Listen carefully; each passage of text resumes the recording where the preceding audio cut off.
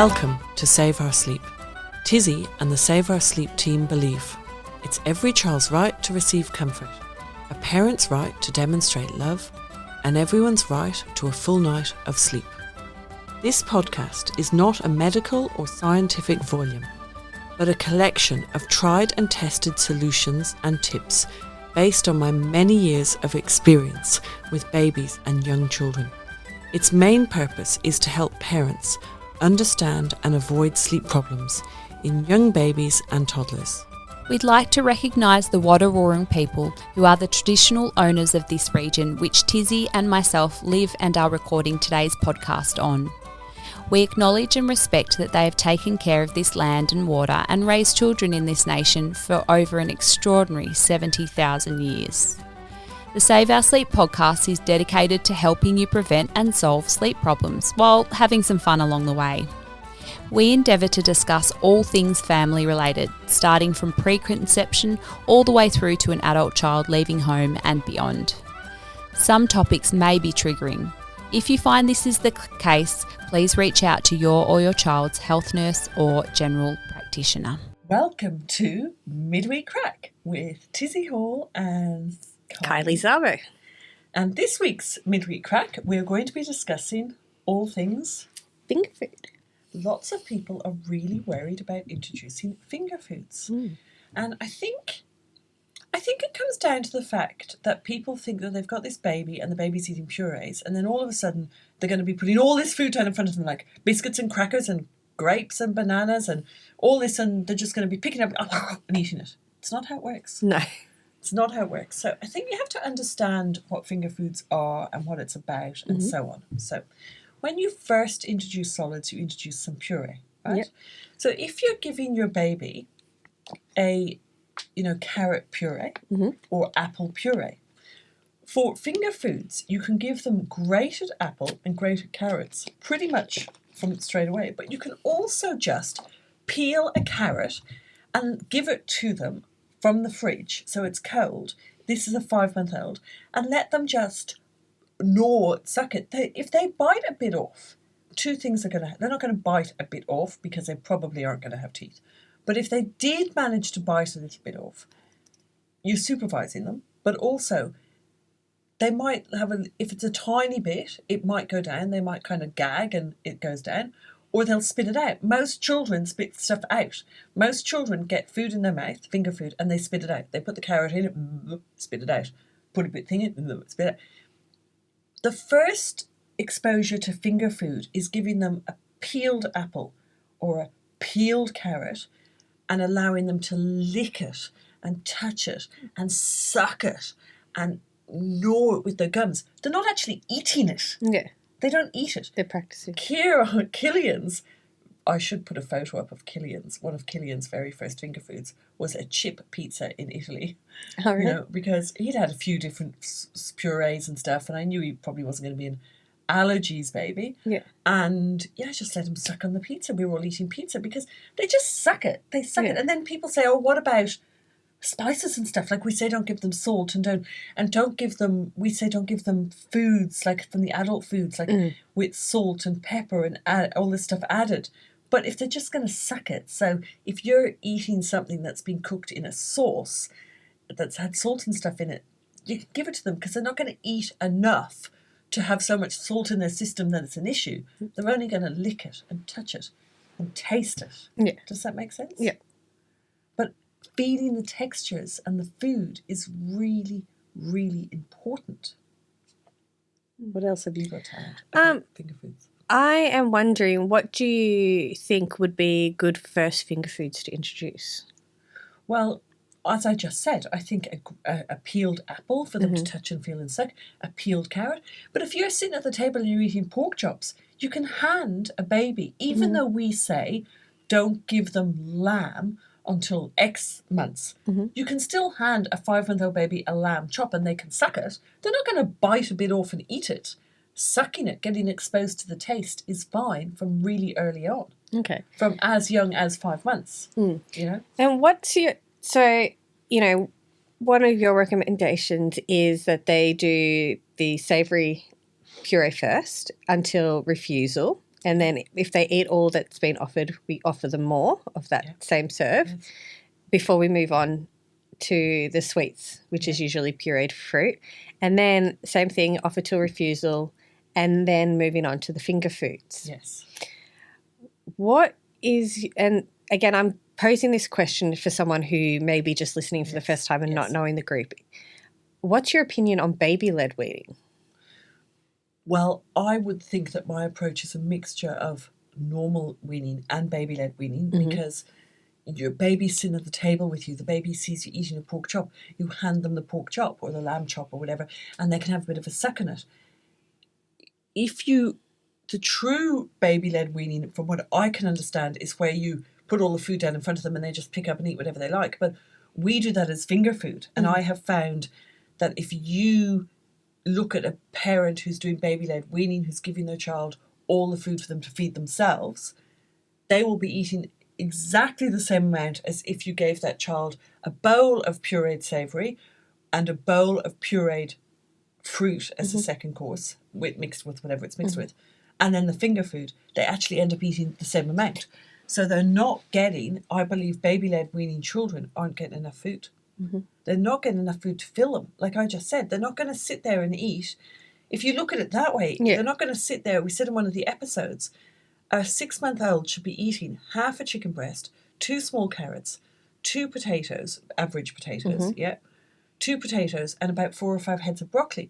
They're not going to eat that in a baby-led weaning meal. Yeah, and that's There's just no the way they're first going to course. sit down and eat that. Yeah. And we do the 3 courses. Yeah. So it's quite a big jump between the two. Yeah. I also found that with my experiences with baby-led weaning, they actually get really tired because they're constantly having to chew. Yes, they do. And then the other thing which we need to touch on with this is the arms up, gagging, choking. Yes. So a lot of people are so worried about their kids choking, but there's a big difference between choking and gagging, okay? So one of my pet hates is people feeding their kids puree, going to the maternal health nurse saying, is your baby eating lumps yet? And your answer should be, yes, because I'm following Tizzie's approach. So my baby is being, depending on their age, is being handed some boiled potato and they're chewing it and they're eating it and obviously cool off your plate and they're eating it, they're swallowing it. So they are having chunks. Yes, I'm handing my baby a banana.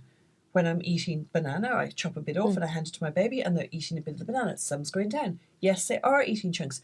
Their main meal is puree. Why? Because if you picture a baby, you're feeding them puree, 1 spoonful, 2 spoonfuls, and suddenly you've got a lump in it, they go, and they don't know what the lump is. And you can actually cause food refusal, food aversions by this, because they don't understand that there's suddenly going to be a lump in it. They think their food's pure. They think it's like puree and then suddenly there's a lump in it. Even if it's really well forked mashed, if suddenly there's full peas in it, it's a lump. They get worried. So I say to do it as a separate course so that they're in control. They know I'm picking up this piece of banana. I'm going to start chewing it. Little bits are going to come off it. They feel in control, right? Really important. Then, if your baby is going, and you think they look like they're going to vomit, okay? A lot of children will gag, and then they'll gag to the point where they vomit. You don't want all their food coming up. You don't want them to gag to the point where they vomit.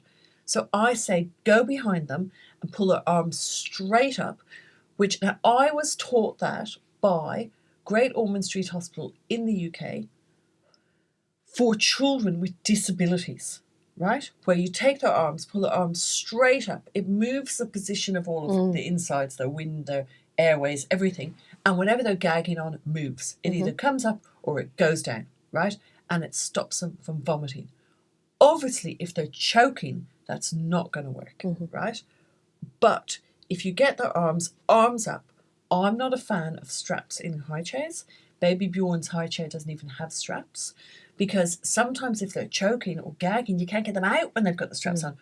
I believe in teaching your children boundaries. And in fact, our next podcast is going to be on boundaries and teaching them boundaries, because I believe you're better to sit them in a high chair which doesn't have straps. Now, I'm not saying you have to do this, but I believe. And then teach them you sit in the high chair. You don't get up. You don't move. You don't try to climb out. You don't fall out, right? And you always supervise them when they're in their high chair. And talking of high chairs, a high chair needs to be one that reclines backwards and has head support. It can't be like a high chair that they sit up and they hold their head up because they're too young. So until they're a year old, they need head support in their high chair. It needs to be like slightly back position so their head's held in the high chair. You grab their arms, pull their arms up. If they're not strapped in, you can then lift them by the arms out of the high chair if they're still still gagging, which means it must be a choke, and then you can start your first aid. It's your responsibility as a parent to have done a first aid course. Every parent should have done a first aid course. You know, you need to know what happens if your kid is really choking. Yeah, and even if you've done first aid as an adult, it's different providing first aid for a child. Exactly. Like I've used your arms up, and even now we're going to put a link to it. We're going to put a link to the video. I noticed on YouTube for ages I couldn't work out why one of my YouTubes is right up there, and it's because it's the YouTube video on putting the arms up. Yeah, well, that's my favorite. One of my favorite, and actually really helped heaps. But I even do it for myself. Yes. Like I find like I'm coughing and I'll just put my arms up and stuff. And, you know, with my partner, I do the same thing for, like, you know, he'll be coughing. I'm like, put your arms up. And my kids now just do it naturally. I did it once in a restaurant. We were in a restaurant once and there was someone and they were choking and people were banging them on the back or whatever. I walked up behind them, shoved their arms up. Again, they kind of been choking. It's gag. Yeah. Well, no, this was a bit of stake. So was that a choke? Was that a gag? Who knows? But the arms up worked. Yeah. So that's what you do. Don't be scared of feeding your child. If you're feeding them a puree and then you're feeding them the finger food. So what do we give as finger foods? Things like, you know, like think about it. Anything that you're eating, you can give them because they're not going to eat enough of it to be a problem. They're going to lick it. They're going to suck it. They're going to spit it out. They're going to lick it. They're going to munch it. They're going to suck it. They're going to spit it out. They're going to throw it on the floor. It's not going to go down. It's not going to go in. Not enough of it is going to go down or go in to be a problem. And we know introducing them to allergen foods earlier is actually better and safer for them, you know? So what else is there about finger foods? Grated things are good. So grated cheese, grated carrots, grated we found apples. Yeah, well, even frozen when they're teething, just something to gnaw on. And again, supervised. Yes. You know, I think that's a very, very key thing is that with any of the foods, making sure that you're always supervising so that you can get it out or if they're struggling a bit more. I found even just, you know, with the finger foods, and I think that's with the baby-led weaning too, is a lot of it's exploring and sensory. So they are squishing a lot of it and things, whereas by the time we give the finger foods, they've already had 2 full meals, and so they get that exploration, they get to explore and they get to have, you know, more food to make sure that they're well and truly not hungry when they go down to sleep. And when do you want to teach children I feel like you need to start the way you mean to go on. So, 2 things that fascinate me. My curved spoons. We don't have any here. We should have the curved spoons, yeah? People say, I only want to give my child the right hand one. I want my child to be right-handed. Well, you don't have a choice of whether your child's going to be right-handed or left-handed. No. And all these people who say, I don't want to buy the 2 spoons. I think, well, one's a knife, one's a fork. You don't eat with a spoon. As adults, we don't sit there and eat all of our food with 2 spoons. People go, oh, why is one curved right hand, one curved left hand? I only eat my child's left-handed. I think you can't actually know that fully yet, but even if your child was only left-handed, you still want the other spoon because it becomes a knife and the fork. We're teaching them to eat with utensils, knife and fork, not spoons, right? Yeah. Then do we want to teach our children that when food's put down in front of them, you get your hands and stuff and you start moving them and touching them and banging them and this and that and throwing it on the floor? No, we want to teach them that when your food's put down, you use a knife and fork, 2 spoons, and you eat it. Yeah. And we feed them from the spoon. So what age do you think? So finger food could be a bit of exploring after, but it's not the main focus because they've had their meal. Yeah, that's right. And before we move on, I need to say that you need to think about this, right? So your baby is watching you, right? Your baby learns from watching you. Your baby's eyesight isn't perfect, but right from a tiny baby, all it sees is this black hole under your nose where you put stuff. Think about it from a baby's point of view. Yeah. It's like, why does mum and dad keep putting all that stuff and my brothers and sisters into that black hole, yeah? what happens? They want to explore. They want to get something and try and put it into the black hole. Yes, they do it with teething and as well for their gums, but it's really interesting. They want to put stuff in, so let them put stuff in. Don't be frightened. They can pretty much have anything as a finger food. Obviously, you wouldn't want to give them ice cream or sweets or snakes, like made lollies, high sugar sugar food, because that's not going to be good for them. But any natural food you can give them as a finger food. Avocado is a good one that you get their face when you chop up avocado and give it to them, and they pick it up and it just squishes in their fingers. That's a good one. And it makes a great face mask. Yeah. Yeah, beautiful. All right, I think that is us for the midweek crack. For our midweek crack. And, we need to mention grapes. Grapes. Yes. Very, very important. So I say in my books, do not give your children grapes. Half grapes, full grapes, quarter grapes. And then all sorts of people, there used to be all of these Facebook posts with lines of me with grapes and all these people criticising my grape advice. If you Google grapes and children choking, you will be shocked at how many children choke on a grape. Now, it's not, I say don't give quarter grapes, don't give half grapes, don't give any grapes. No grapes until your child is over 5 years old. Now, do you know why? No. So how long have you been at sauce? Save our sleep? No, well, I used to, and it's probably before you gave my kids, I was using, I would do the quarter and stuff like that. Well, but I thought it was just because of a choking hazard. Yes, but the reason why you can't give quarters or halves is, if you picture it, right, a couple of things. Now, we really need a paramedic to explain this to us, and we need a paramedic who's had a grape experience to explain this to us. But if you take a grape, first of all a whole grape, and the child bites into it, for some reason our saliva in our mouth goes into the grape and the grape swells. Oh. So then it becomes choking hazard. Secondly, if you chop a grape into half, the saliva can go into it quicker, so it can swell quicker. Plus, I don't even know if it fully swells. We need Dr. Google, but it does something. The saliva does something to it, because now I'm picturing taking a grape, putting saliva, injecting it, or watching it swell. So, but for some reason, something changes when the saliva and the grape get reaction into the grape. Secondly, that half grape can actually make a circle going down the throat. It can fully block the throat because it's now worse, because it's now a half. Yeah. So I just say no halves, no quarters, because then people get lazy and there's kids are eating quarter grapes and then suddenly there's a half in there. Dangerous. Yeah. No grapes till after the age of 5. Very good. And Zoe said that you have really important roles as a parent. I need to try and remember exactly what she said, right? That it's your job to choose what they're going to eat. So you choose, there's 3 things you've got to choose. You choose like what you're going to give them, like whether you're going to give them fish and chips, whether you're going to give them veg and chicken. What you're going to give them is you choose. You put it on a plate. You choose when and where you're going to feed them. So, you're going to feed them in their high chair at 1 o'clock. Yeah. Yeah. But they choose when they're older, this is an older child, what they want to eat off it. So they don't have to eat everything. And that's really, really important, to not force your child to eat everything on the plate. I thought it was a really good thing. But that's the that same. She was saying that they get to choose what they want to eat. But that is the same with an older child.